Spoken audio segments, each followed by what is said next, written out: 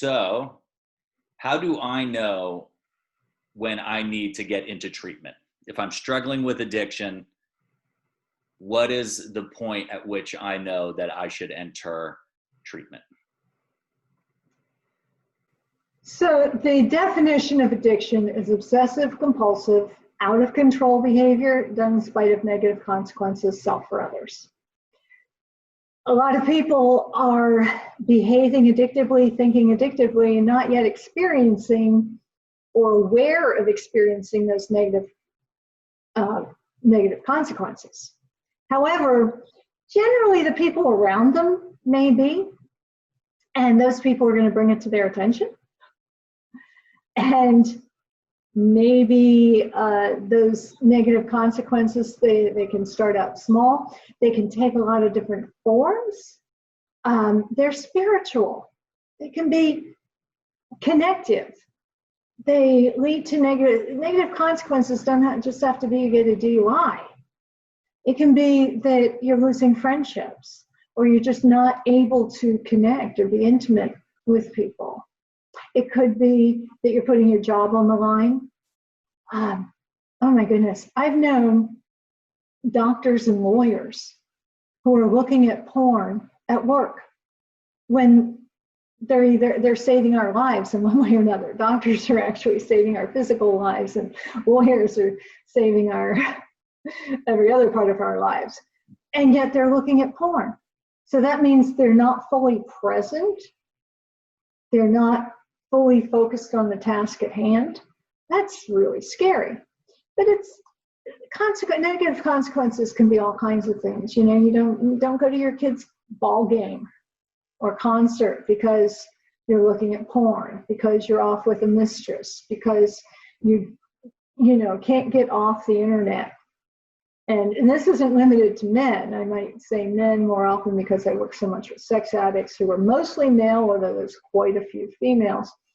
But addicts, hoarders, we have a whole television show dedicated to people who are hoarders, which is another type of addictive behavior. Even though diagnostically it's an anxiety disorder. But, anxiety leads to addictive behavior. So how do you know you need treatment?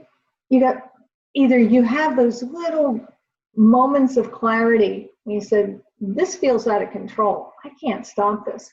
I'm going to try to stop this. And then you find out you can't, sometimes I might say, I'm going to limit myself to 1 piece of chocolate a day. If I eat 5, I know I have a problem. Okay? It can be that benign seeming, but I have a problem if I cannot stop myself from doing something, if I even have to think about stopping myself. So I often tell my classes, if I'm teaching a class, I'll say, look, I'm not an alcoholic. So I might have a fleeting thought as I'm teaching a class, usually when I'm using this example, of maybe after class today, I'll have a glass of wine. Okay. I don't have to control that thought. For one thing, it's going to go into my mind and leave just as quickly. And I'm still going to be here with my students, with you, anyone who's listening to this. I'm with you. I'm fully present. I'm not thinking about that glass of wine. If I was an addict, I'd be thinking about that glass of wine. And you would sense, whether you're physically in front of me or even here on camera, you would get a sense of, wow, she just checked out. She's no longer here. She's no longer as focused. So those are some of the negative consequences of being addicted. And when you have that awareness, when you start to have that awareness that, this could be a problem. When you're trying not to, if I'm thinking all day long, well, okay, maybe I do have a problem with alcohol, so I'm not going to drink. But I'm going out to dinner tonight, so am I going to have a drink? Am I not going to? And you're obsessed, obsessive compulsive, right? If you're not an addict, you're not obsessing about it. It's just not an issue. It's when you have the thoughts all the time, and then you say, the hell with it, I'm going to do it anyway. There's your compulsiveness, and it's out of control. and then the negative consequences, which are myriad.